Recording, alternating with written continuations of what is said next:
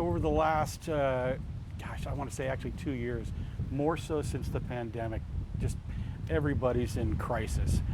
Recently we had 2 ambulances that were, the crews were attacked. One of them actually took a baseball bat, came up to the crew. Fortunately, she saw them at the last second and was able to go back, but swung the baseball bat right at the passenger side window. Part of the glass and the bat hit her in the nose, so pretty scary situation. We've had a year and a half ago, we had a paramedic that was actually stabbed with a knife in the back of an ambulance.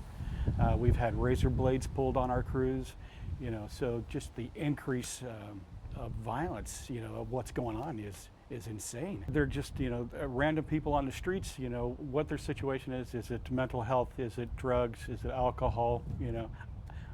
It's everything. We're seeing more and more of that, and that responsibility to take care of those is falling upon us. Between both of the Multnomah and Clackamas County, we have literally, we go on every mental health call that there is. Nobody else transports the mental health patients, that go through the 911 system. That's our job. That's what we do. However, we don't have the tools that an officer may have. They've got things. We don't have pepper spray. We don't have guns. We don't carry, anything to protect. And we did start a combative patient management class, a year ago, a little over 2 years ago. But COVID had put a stop to that, and teaching our people how to defend themselves. But it's getting to the point now, defensive things are, what are you doing? You're just sitting there and you're being attacked randomly by these people. That's a dangerous job. Nobody else would do that. There is no specific training. It basically comes with on the job.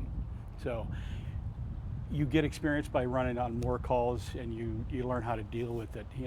I think I'm pretty good at it. I can talk people down. We just had one last week that was a true schizophrenic. Police were there, and ended up going and talking to him, and we walked him out. And that's how we want to handle it.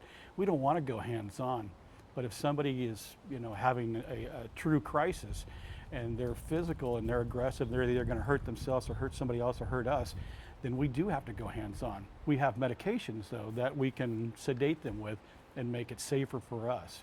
So we carry soft restraints on our gurney, so we can restrain their arms and their ankles. We don't use zip ties. They're soft restraints, but they're Velcro. So we don't want them, attacking us. We want to go home just like everybody else does. I got kids, I got grandkids, I want to be able to do that. So does everybody else. But that's the dangers of the job sometimes. And it's just, we want to bring a highlight that it's gotten worse, and we need to figure out more solutions. Well, give us the tools and the resources. You're taking it away from us. You're taking away our police partners and sheriff's deputies are awesome. Those guys are great. We love them. But the council, they're just putting people out on the streets. You can't have somebody from Project Respond go, hey, I just need you to take this person. Well, okay, how? You want us to put hands on, we would prefer that. Okay, if you want to go, hop on the gurney. If they don't want to go, we can't force them. We can't kidnap them, that's not our job. When that ambulance was attacked by the guy with the baseball bat, only one police officer was available. You can't, how do you get help? When you call for help, there's no officers around to give you that help. What do? You got to drive away. Like I said, we don't have the training and we don't have the tools. But when you cut police officers and they're not able to respond, to an emergency that we need, what do we do? Who would you like to see help at this point if you had to put, pressure? Or would it be on multiple agencies or people? Oh, absolutely, multiple agencies. It's like, we're a part of that, obviously, AMR is a part of that. The police bureau has to be a part of it. The fire department has to be a part of it. But most importantly, it has to be the mayor and the city councils. They're the ones that make the rules. We have to live by them. But unfortunately, it's coming at an expense. Have you seen paramedics leaving because they fear for their safety? Yeah. We've had, our staffing is suffering because of it. So yeah, we've had to move out of state and take other jobs. We've had, paramedics go to the police department. We have a lot of them go to the fire department because it's safer, and we've had them go into nursing.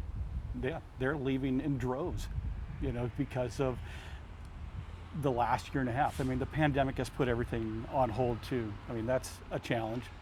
But when you're dealing with this every day, they're getting tired of it. They're tired of being abused, spit at, punched, stabbed every single day. What would you like to see happen at this point?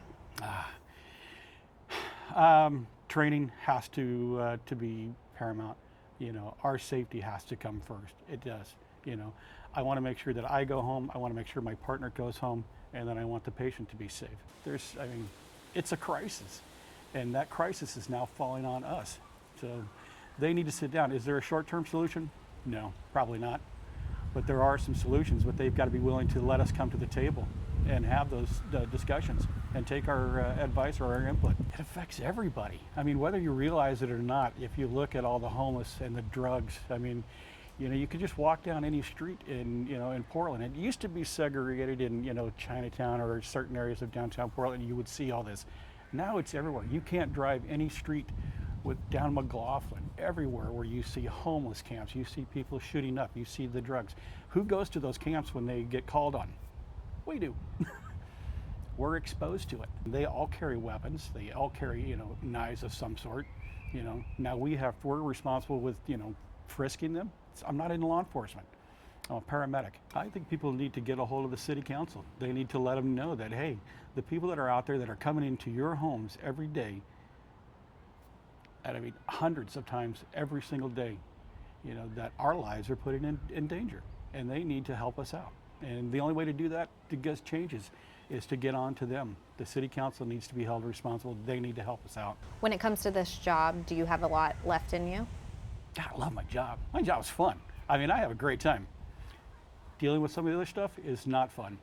The job itself, when I got into this, I'm coming up on 27 years at AMR. I love my job. I like the people that I work with, but it's getting harder and harder. Maybe it'd be time for a change.